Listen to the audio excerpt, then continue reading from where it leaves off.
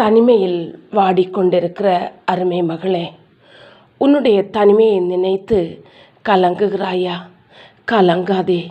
ஏனென்றால் உனக்காக தன்னுடைய உயிரையே கல்வாரி சிலுவையில் தியாகம் செய்த அருமை இரட்சகர் இயேசுவை நோக்கிப்பார்.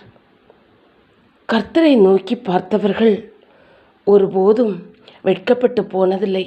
நிச்சயமாக உன்னுடைய எதிரிகள் மத்தியில் கர்த்தர் உன்னுடைய தலையை உயர்த்துவார். தானியேலுடைய வாழ்க்கையில் சிங்கக்கெபியை அனுமதித்தார். ஏன்? அவர்தான் சர்வ வல்லமையுள்ள தேவன் என்று அவருடைய நாமத்தை மகிமைப்படுத்தும்படியாக.